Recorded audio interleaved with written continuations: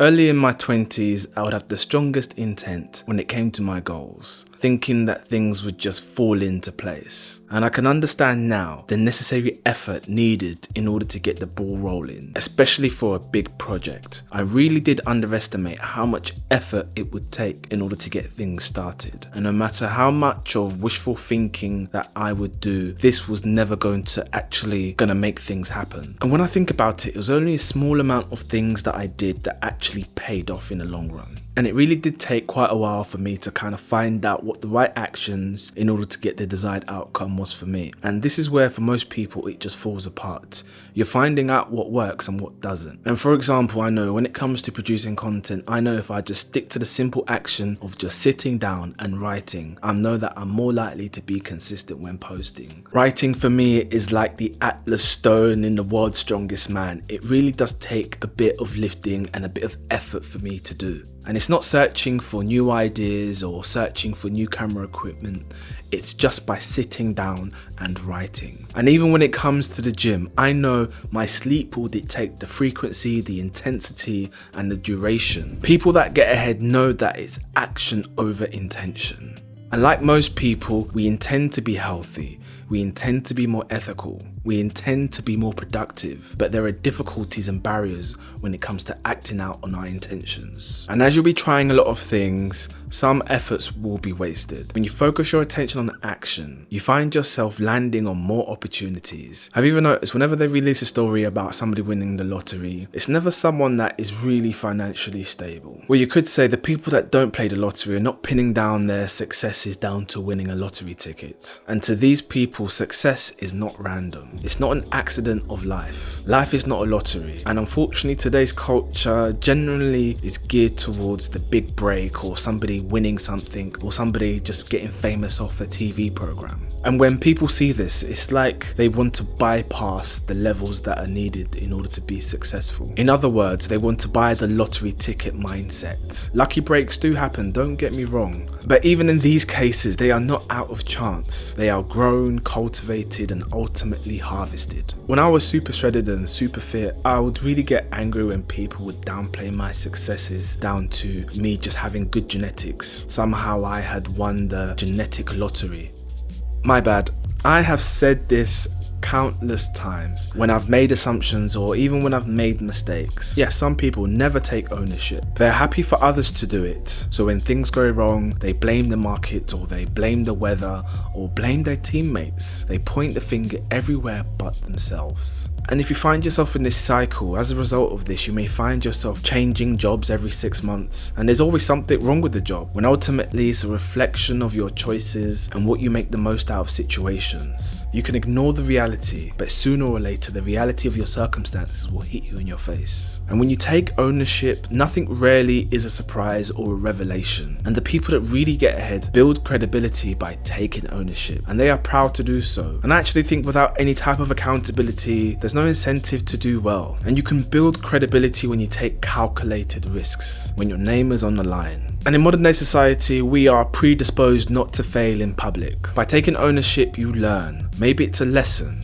or a craft. When you create something from nothing, you have something to show, and then people can gain a better understanding of who you are. Most people shy or even run away from any type of conflict or difficult conversation. Whether it's with yourself or in a relationship, there are things you both know that should be addressed, but you're unwilling to. But the thing is though, issues are probably one of the sure constants in life. Let's say you're having difficulty at work or your finances are not quite where you want them to be. And high performers know that they will have awful days. And from what I've observed, it's processing issues is what matters. No matter how hard done you feel in a situation that hasn't gone your way, time is always moving forward. And most people don't fail because it was a bad idea. They fail because they refuse to evolve their thought process about life. They refuse to learn and solve problems that may arise. In work situations, I would historically not want to confront issues, even if it meant that my workload would suffer or it was far beyond that I was able to complete. And in this one situation, I would always be anxious every time I was called into a meeting. It was only when I plucked up the courage and had a frank conversation, we were able to get things resolved. It was difficult, it was uncomfortable, but it was needed. And yeah, it ended up being fine. And I'd put myself through weeks of unnecessary psychological discomfort. And a good processor asks questions, they ask for feedback, they ask how can they improve. They don't care about being right or wrong. Instead, it's about being interested in only the facts. And some people let these things build and build,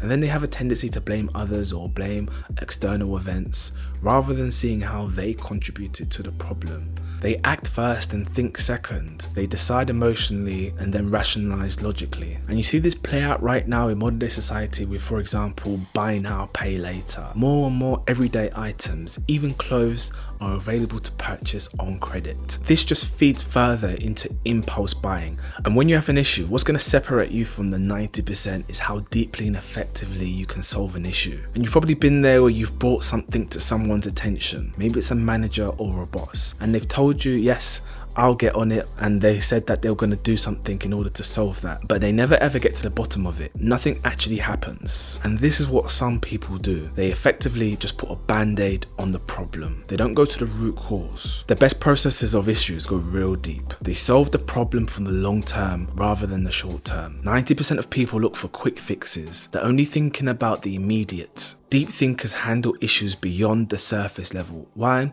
Because they're thinking they don't want this to happen in the future, and they reduce the likelihood of it happening again. And great processors, they're almost excited to solve any type of problem. And I've seen this play out in action. I've had bosses where I've had no immediate direct contact with them, but they've said to me, they've pulled me aside and they've said, if you have any issues, just let me know, I'll get on it. And when that has happened and they've said that to me, I know I can, and when I have done it, things usually get sorted out. And these ultimately are the qualities that have led them to leadership. How you perceive problems goes a long way. When you view issues or even crisis as an opportunity, you're winning the game of life. If you can learn to face what's in front of you, you won't have to pay the consequences of wasted time. And it's this idea of just playing a long-term game. Most people are just thinking a few moves ahead of time. Maybe it's 6 months from now, maybe it's a year. I rarely come across someone who says to me they are executing a plan that is around 3 to 5 years.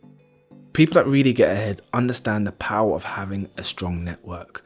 And unfortunately, due to our current climate, things are more geared towards staying on our screens and being at home. And for those who label themselves as a lone wolf or an introvert, connecting with others may seem like a pointless endeavor. And for the time being, it seems like you can get away with it. But at some point, having a small network will actually be a detriment to your growth. Why? Because you won't be exposed to new ideas, and it won't necessarily get the traction that it deserves. And I'm experiencing this right now. I'm trying to infiltrate different circles and gain knowledge and gain little nuggets from talking to this person, booking in calls where I see that is suitable.